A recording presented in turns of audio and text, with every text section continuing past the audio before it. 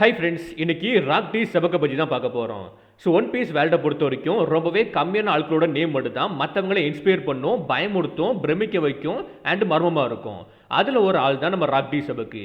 Goldie ரோஜரு pirate கிங்காக மாறுறதுக்கு முன்னாடியே world கவர்மெண்டோட அந்த ஃபவுண்டேஷனை அசைச்சு பார்த்த ஒரு ஆள் தான் நம்ம ராக் டி சபக்கு. இன்னைக்கு ராக் டி சபக்கை பற்றி எல்லாமே பார்க்க போகிறோம். அவரோட ரியல் நேம் என்ன, அவர் எப்படி அவர் குருவை ஸ்டார்ட் பண்ணாரு, குருவை கிரியேட் பண்ணாரு, அவர் எதுக்காண்டி காட் வழிக்குள்ள வந்தாரு, அவர் எப்படி செத்து போனாரு, அப்புறம் அவர் ட்ரீம் என்ன, இப்படி எல்லாத்தையுமே இன்னைக்குள்ள வீடியோவில் ஒன் பை ஒன்னாக பார்க்க போகிறோம். ஸோ வீடியோவுமே இன்ட்ரெஸ்ட் இருக்க போகுது. ஸோ வீடியோவை ஸ்கிப் பண்ணாமல் ஃபுல்லாக பாருங்கள்.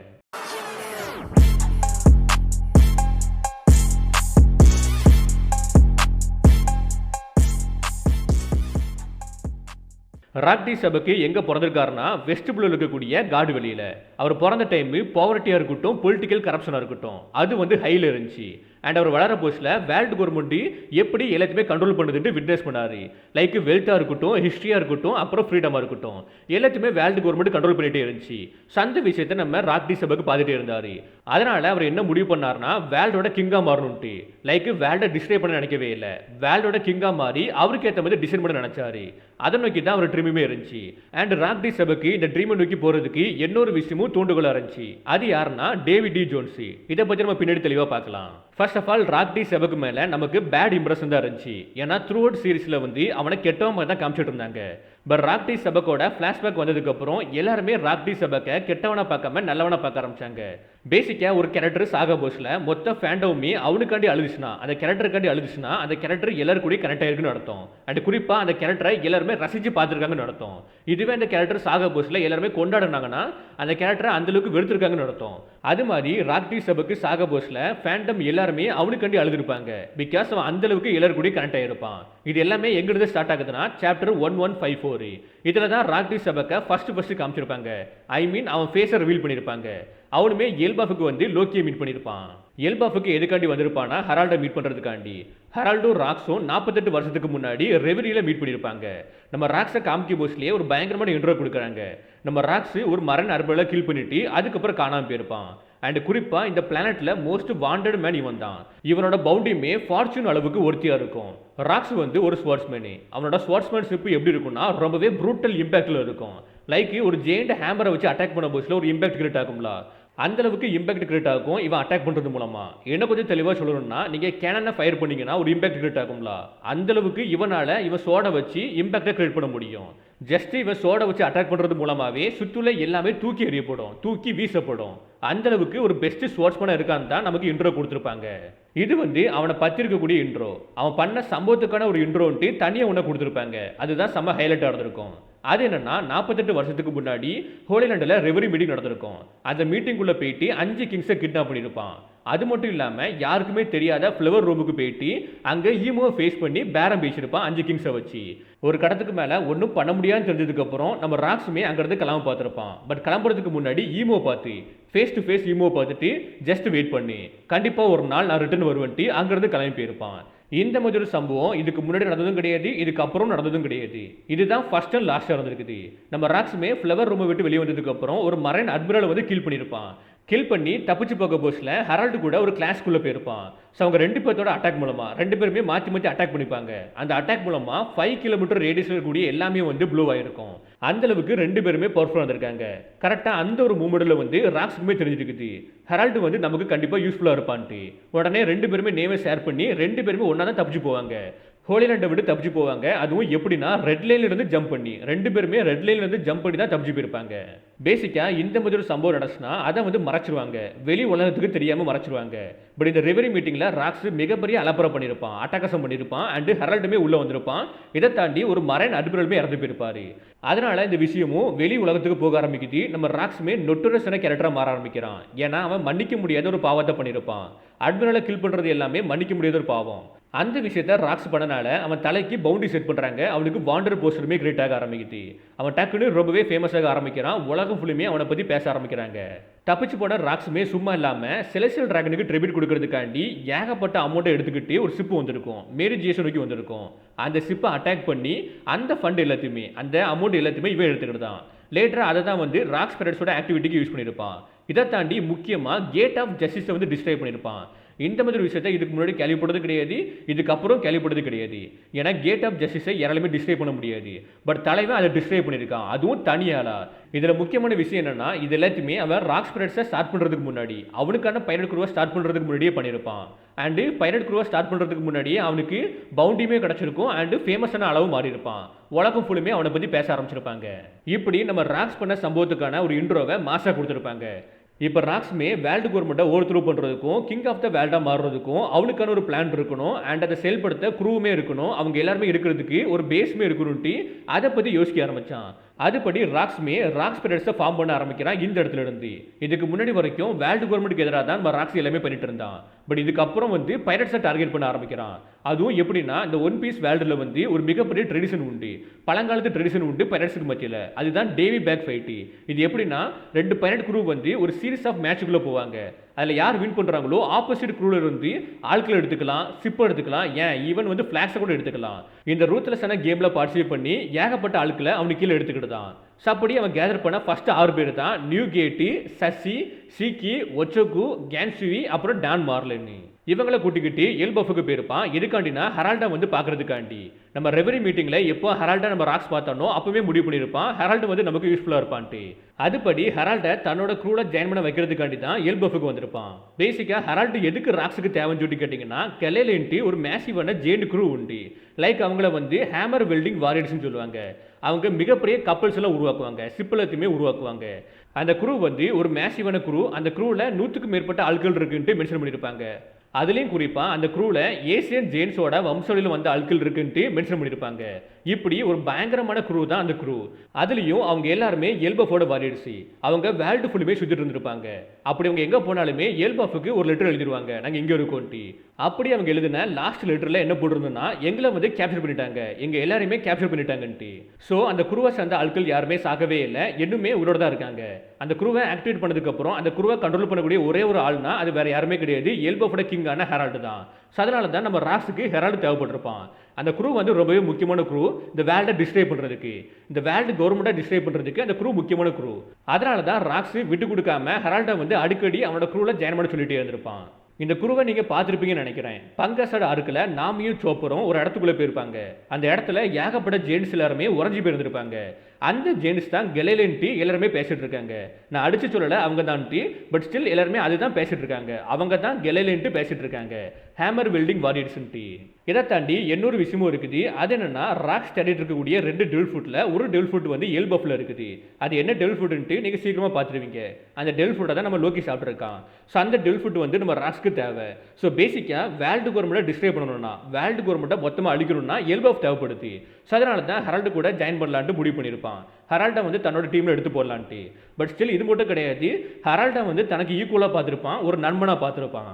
இந்த ஒரு விஷயத்துக்காண்டி தான் அடிக்கடி எல்பஃபுக்கு வந்து ஹெரால்டை மீட் பண்ணியிருப்பான். இப்போ ராக்ஸை பொறுத்த வரைக்கும் அவனுக்கு கீழே ஒரு குரூ இருக்குது, அவனுக்கான ஒரு பிளான் இருக்குது, பட் பேஸ் மட்டும் தேவைப்படுது. அந்த பேஸாக தான் ஹாச்சினோச்சி ஐலாண்டை சூஸ் பண்ணியிருப்பான், பைரட் ஐலாண்டை சூஸ் பண்ணியிருப்பான். பைரட் ஐலாண்டை பொறுத்த வரைக்கும் ஒரு வறண்ட இடம்னே சொல்லலாம்.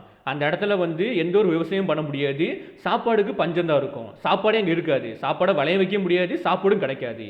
குறிப்பாக பக்கத்தில் எந்த ஒரு ஐலாண்டும் இருக்காது. அதனால சிப்பு இல்லாமல் ட்ராவல் பண்ண முடியாது. பேசிக்காக இந்த இடத்துக்குள்ளே மாட்டிட்டீங்கன்னா தப்பிச்சு போகிறது ரொம்பவே கஷ்டமான விஷயம். அதனால் உலகத்தில் இருக்கக்கூடிய எல்லா கண்ட்ரிஸுமே என்ன பண்ணுவாங்கன்னா, அந்த கண்ட்ரிஸில் இருக்கக்கூடிய அவங்கவுங்க கண்ட்ரிஸில் இருக்கக்கூடிய குற்றவாளிகளை வந்து பைரட் ஐலாண்டில் வந்து போட்டு வச்சுருவாங்க. அந்த குற்றவாளியாலையும் இந்த பைரட் ஐலாண்டு விட்டு தப்பிச்சு போக முடியாது, குறிப்பாக சாப்பாடும் இருக்காது. அதனால் வந்து கொஞ்ச நாளுக்குள்ளே செத்து போயிடுவாங்க. ஒரு பிரிசனாக தான் இந்த பைரட் ஐலாண்டை வந்து மோஸ்ட்டாக எல்லா கண்ட்ரிஸுமே யூஸ் பண்ணிட்டு இருந்திருக்குது. ஒரு கடத்துக்கு மேலே இந்த கிரிமினல்ஸுக்கு ஷேடோ ஆர்கனைசேஷன் ஹெல்ப் பண்ணுறாங்க. அதனால அவங்க என்ன பண்ணுறாங்கன்னா, இந்த ஐலாண்டுக்கு பக்கத்தில் எந்த ஒரு ஷிப்பு போனாலுமே அதை அட்டாக் பண்ணுறாங்க. இப்படி அட்டாக் பண்ணுறது மூலமாக வேர்ல்டு கவர்மெண்ட்டுக்கு தலைவலியாக வருது இந்த பைரட் ஐலாண்டு. ஸோ ராக்ஸ் இதை முடிவு பண்ணி, இதை பிளான் பண்ணி என்ன பண்ணுறான்னா, வேர்ல்டு கவர்மெண்ட் கூட ஒரு டீல் போடுறான். நான் உங்களுக்காண்டி பைரட் ஐலாண்டை கேப்சர் பண்ணி தரேன், பட் எனக்கு எவ்வளோ தருவீங்கன்ட்டு. அதாவது ஒரு டீல் போடுறான், நான் பைரட் ஐலாண்டை உங்களுக்காண்டி ஃப்ரீ பண்ணி தரேன், எனக்கு எவ்வளோ தருவீங்கன்ட்டு. அதுபடி ராக்ஸுக்கும் வேர்ல்டு கவர்மெண்ட்டுக்கும் ஒரு டீல் இருக்குது இந்த பைரட் ஐலாண்டு மூலமா. பட் ராக்ஸ் வந்து இந்த டீலை ஃபாலோ பண்ணலான்னு கேட்டிங்கன்னா கண்டிப்பாக கிடையாது. அவங்ககிட்ட இன்னொரு பிளான் இருக்குது. அது என்னன்னா, வேர்ல்டு கவர்மெண்ட் கிட்ட இருந்து மணியை வாங்கினதுக்கு அப்புறம் பைரட் ஐலாண்டுக்குள்ளே போயிட்டு மொத்தமாக கிளியர் பண்ணி அவன் வந்து இந்த பைரட் ஐலாண்டை கண்ட்ரோல் பண்ணலாம், ஒரு பேஸாக யூஸ் பண்ணலான்ட்டு. ஸோ ஒரு கல்ல 2 மங்கான்னு சொல்கிற மாதிரி அவனுக்கு அமௌண்ட்டும் கிடைக்குது, ஏகப்பட்ட அமௌண்ட்டும் கிடைக்குது, அவன் இருக்கிறதுக்கு ஒரு பேஸும் கிடைக்குது.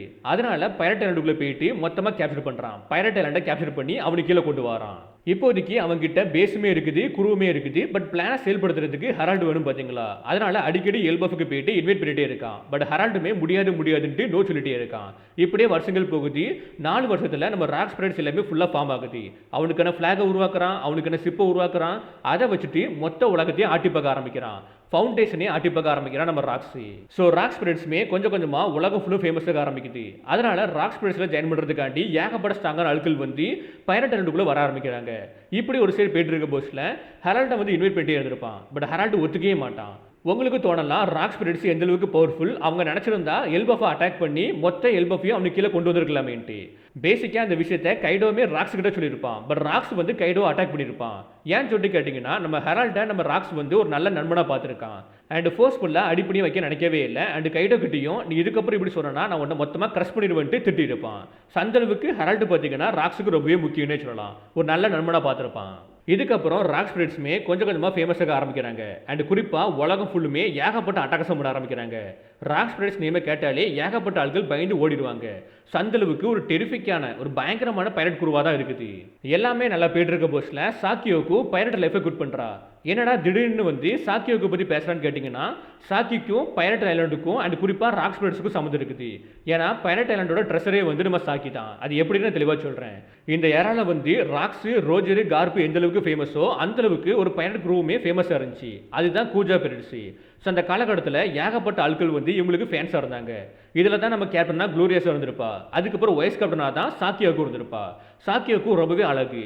அதனால அவளை பார்த்துட மாட்டோமான்னு நினச்சி நிறைய பேர் பைரட்ஸாக மாறியிருக்காங்க. அண்ட் அவளோட வாண்டர் போர்ஷனுமே வந்து ஏகப்பட்ட அமௌண்ட்டுக்கு சேல் ஆகும். ஸோ அதனால ஏகப்பட்ட ஆட்கள் வந்து இவ்வளோ ஃபோட்டோ எடுக்கிறதுக்காண்டி சுற்றி வருவாங்க. இப்படி அந்த காலகட்டத்தில் ரொம்பவே ஃபேமஸ் ஆன ஒரு ஆள் தான் நம்ம சாக்கி. அவள் ஒரு கடத்தில் வந்து பைரட் லைஃபை குட் பண்ணிட்டு பைரட் ஐலண்டுக்கு வாரா. சேஃப்டிக்காண்டி பைரட் ஐலண்டுக்குள்ளே வந்து ஒரு பாரை ஓப்பன் பண்ணுறா. அந்த பாருக்கு ஏகப்பட்ட ஆட்கள் வருவாங்க. உலகத்தில் ஏகப்பட்ட இடத்துல இருக்கக்கூடிய ஆட்கள் எல்லாருமே பைரட்ஸ் எல்லாருமே இவளை பார்க்கறதுக்காண்டி பைரட் ஐலண்டுக்கு வருவாங்க. ஒரு மிகப்பெரிய கியூவே இருக்கும் இவளோட பாருக்கு வெளியே. இந்த அளவுக்கு ரொம்பவே ஃபேமஸாக இருந்த ஒரு ஆள் தான் நம்ம சாக்கி. ஈவன் வந்து இவ அழகில் மயங்காத ஆட்களே கிடையாது. லைக் நம்ம ரோஜராக இருக்கட்டும், ஒயிட் பீடாக இருக்கட்டும், ராக்ஸாக இருக்கட்டும், சீக்கியாக இருக்கட்டும், ஏகப்பட்ட ஆட்கள் வந்து இவளோட அழகில் மயங்கி விழுந்திருக்காங்க. அந்தளவுக்கு ரொம்பவே அழகாக இருப்பா. கரெக்டாக கரண்ட் டைம்ல இருந்து 42 வருஷத்துக்கு முன்னாடி தான் சாக்கியாவுக்கு பைரட் ஐலண்டுக்குள்ளே வந்திருப்பா. அங்கே பாரையும் ஓப்பன் பண்ணியிருப்பா. அதுக்கப்புறம் வருஷங்கள் போயிட்டே இருக்கும். 39 வருஷத்துக்கு முன்னாடி பைரட் ஐலண்டில் ஒரு சம்பவம் நடந்திருக்கும். நைட் டைமு நம்ம சாக்கிக்கு பாதுகாப்பாக டான் மோர்லன் இருந்திருப்பான். டான் மோர்லனை கில் பண்ணி சாக்கியை கிட்னாப் பண்ணிட்டு போயிருப்பாங்க.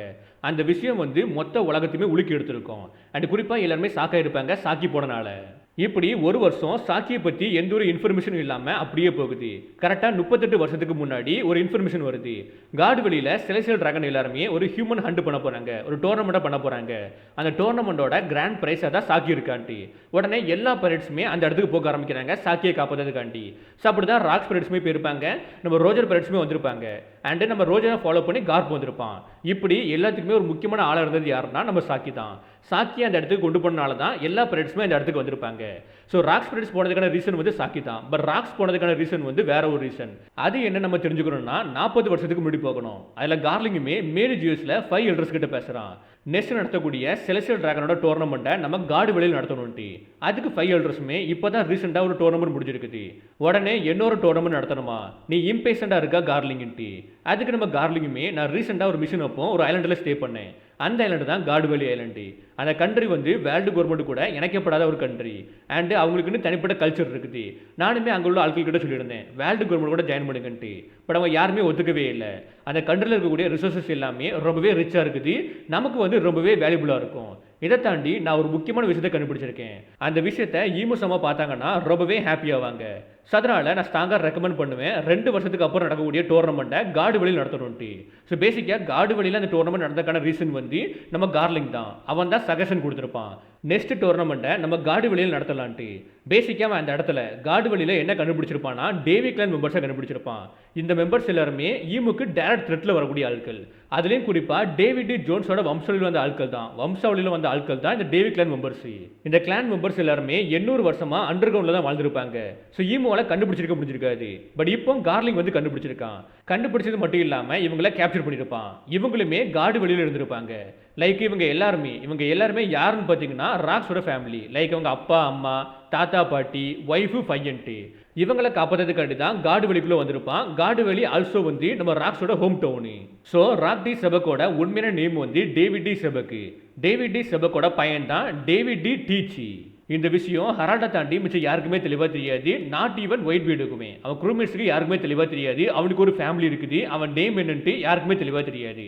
ஜஸ்ட் ஹரால்டுக்கு மட்டும் தான் தெளிவாக தெரியும். அதுவும் காடு வெளிக்கு போகிறதுக்கு முன்னாடி தான் ஹரால்டு கிட்ட சொல்லியிருப்பான். அதுவும் ஹெரால்டு கிட்ட ஹெல்ப் கேட்டிருப்பான்.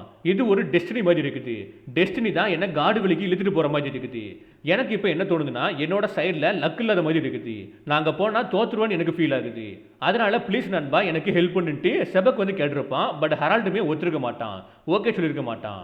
இதுக்கு முன்னாடி ஒரு விஷயம் நடந்திருக்கும், அதை நான் சொல்ல மறந்துட்டேன். அது என்னன்னா, ராக் ஸ்பிரிட்ஸ் எல்லாருமே உலகம் ஃபுல்லுமே அட்டகாசம் பண்ணிட்டு இருப்பாங்க. அந்த விஷயம் வேர்ல்டு கவர்மெண்ட்டுக்கு தலைவலியாக இருந்திருக்கும். அதனால 5 எல்டர்ஸுமே ஹெரால்டு கிட்ட ஒரு டீலை போட்டிருப்பாங்க. நாங்கள் எல்பஃபை வேர்ல்டு கவர்மெண்ட் கூட இணைக்கிறோம், பட் அதுக்கு நீ ராக்ஸை கில் பண்ணணும்ட்டு. அந்த விஷயத்துக்கு ஹெரால்டுமே ஓகே சொல்லியிருப்பான். அதனால ராக்ஸுக்கும் ஹெரால்டுக்கும் எல்பஃபோட அண்டர் வேர்ல்டில் ஒரு ஃபைட் நடந்திருக்கும். அந்த ஃபைட்டுமே பயங்கரமாக இருந்திருக்கும். நம்ம ராக்ஸ் வந்து செம்மையாக கடுப்பாயிருவான், ஹெரால்டு மேலே கடுப்பாயிருவான். உனக்கு முதுகெலும்பு இல்லையா, நீ வேர்ல்டு கவர்மெண்டோட டாகா மாறிட்டியா, அவங்க உன்னை யூஸ் தான் பண்ணிப்பாங்க, மற்றபடி உங்ககிட்ட எதுவுமே எதிர்பார்க்க மாட்டாங்கன்ட்டு, உன்னை ஜஸ்ட் யூஸ் பண்ணிப்பாங்கன்ட்டு. பட் ஹெரால்டு வந்து ஒன்றுமே கேட்க மாட்டான். அவனுக்கு பீஸ் தான் வேணும்னு சொல்லிட்டு வேர்ல்டு கவர்மெண்டோட ஜாயின் பண்ண நினச்சிட்டே இருப்பான். இதனால 2 பேத்துக்கு இடையில வேற லெவல் ஃபைட் நடந்து அந்த ஃபைட்டுமே ட்ரால முடிஞ்சிருக்கும்.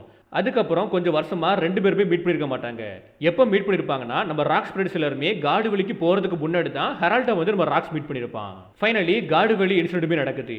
ராக் ஸ்பிரிட்ஸ் எல்லாருமே சாக்கியை காப்பாற்றுறதுக்காண்டி காடு வெளிக்குள்ளே வராங்க. பட் ராக்ஸ் வந்து அவன் ஃபேமிலியை காப்பாற்றுறதுக்காண்டி உள்ள வரான். ரோஜர் பிரெட்ஸ் எல்லாருமே சாக்கியை காப்பாற்றுறதுக்காண்டி உள்ள வராங்க. அதே மாதிரி ஏகப்பட்ட பிரெட்ஸ் எல்லாருமே சாக்கியை காப்பாற்றுறதுக்காண்டி ஆல்சோ சாக்கியை காப்பாற்றுறதுக்காண்டி உள்ள வராங்க. நம்ம ரோஜரை ஃபாலோ பண்ணி கார்ப்பு உள்ள வரான். இப்படி தான் லெஜெண்டரி சம்பவமான காடு வெளி இன்சிடென்ட்டுமே நடந்திருக்கும். இந்த காடு வெளி சம்பவத்தோட கடைசியில் தான் ராக் ஸ்பிரிட்ஸ் எல்லாருமே பிரிஞ்சு போயிருப்பாங்க, ராக்ஸ்மே இறந்து போயிருப்பான். அது எப்படின்ட்டு இப்போ பார்க்க ஆரம்பிச்சிடலாம். காடு வெளிக்குள்ள வந்த ராக் ஸ்பிரிட்ஸ் எல்லாருமே சாக்கியை ஃபோக்கஸ் பண்ண ஆரம்பிக்கிறாங்க. பட் ராக்ஸ்மே அவன் ஃபேமிலியை தேடி போக ஆரம்பிக்கிறான். பட் ஆல்ரெடி அவனோட ஃபேமிலி மெம்பர்ஸ் ஆல்மோஸ்ட் எல்லாருமே டீமனா மாறி இருப்பாங்க. ஈமோட பவர் மூலமா டீமனா மாறி இருப்பாங்க. 2 பேர் மட்டும் தான் நார்மலா இருப்பாங்க. ஒன்னு ராக்ஸோட ஒய்ஃப், அப்புறம் பையன். இவங்க 2 பேர்த்தையும் காப்பாத்திக்கிட்டு தப்பிச்சு பக்கம் ட்ரை பண்ணிட்டு இருப்பான் ராக்ஸ். அப்போ பின்னாடி கார்லிங் ஃபாலோ பண்ணிட்டு இருப்பான். கார்லிங்க்கு நல்லாவே டேமேஜ் ஏற்பட்டு இருக்கும் ராக்ஸோட அட்டாக் மூலமா. பட் ஸ்டில் பார்த்தீங்கன்னா டிஃபீட் பண்ணியிருக்க மாட்டான் ராக்ஸ். ஏன்னா கையில் வந்து அவனோட ஒய்ஃபும் குழந்தையும் இருக்கும். அவங்க 2 பேர்த்த காப்பாற்றுறதுக்காண்டி ஃபாஸ்ட்டாக ஓடிட்டு இருப்பான். அப்போ ராக்ஸோட ஒய்ஃப் எரிசுமே இதுக்கப்புறம் நாங்கள் பார்த்துக்கிட்டோம், இது வந்து என்னோட மிஸ்டேக் தான், என்னோட மிஸ்டேக்கில் தான் நீங்கள் வந்திருக்கா. என்னால் ஒரு குழந்தைய கூட பத்திரமா பார்த்துக்க முடியலன்ட்டு உனக்கு தெரிஞ்சதுன்னா நீ என்ன கல்யாணம் பண்ணியிருக்க மாட்டாளான்ட்டு. அதனால நீ கவலைப்படாத, நாங்கள் 2 பேருமே இந்த இடத்துல சர்வே ஆகும். நீ வந்து வந்த வேலையை மட்டும் பாருன்ட்டு அவங்க 2 பேரும், அதாவது ராக்ஸோட ஒய்ஃப் எரிசு வந்து டீச்சர் தூக்கிட்டு ஓடிட்டு இருப்பாங்க. அதுக்கப்புறம் தான் ராக்ஸ்மே கார்லிங் கூட ஃபைட் பண்ணி கார்லிங்கை ரொம்ப சிம்பிளாக வந்து டிஃபீட் பண்ணுவார். இதுக்கடையில் ஈமுவுமே சேட்டனோட உடம்பை பொசஸ் பண்ணி ஈமு இங்கே வருவா. நம்ம ராக்ஸை ஃபேஸ் பண்ணுறதுக்காண்டி ஈமு இங்கே வருவா. ஸோ அதில் ராக்ஸ் கூட சேர்ந்து ஒயிட் பீடு, கைடோ, ரோஜரு, ராக்ஸ்ன்ட்டு எல்லாருமே ஒன்றா சேர்ந்து அட்டாக் பண்ணுவாங்க. பிக் மாமு எல்லாருமே ஒன்றா சேர்ந்து ஈமு அட்டாக் பண்ணுவாங்க.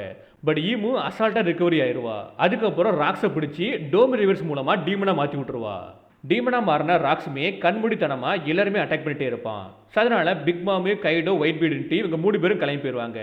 அண்ட் குறிப்பாக அவனோட ஒய்ஃபையும் பையனையும் கில் பண்ண போயிடுவான். பட் அந்த இடத்துல கூமா வந்து காப்பாற்றுவான். எரிசையும் டீச்சையும் கூமா காப்பாற்றுவான்.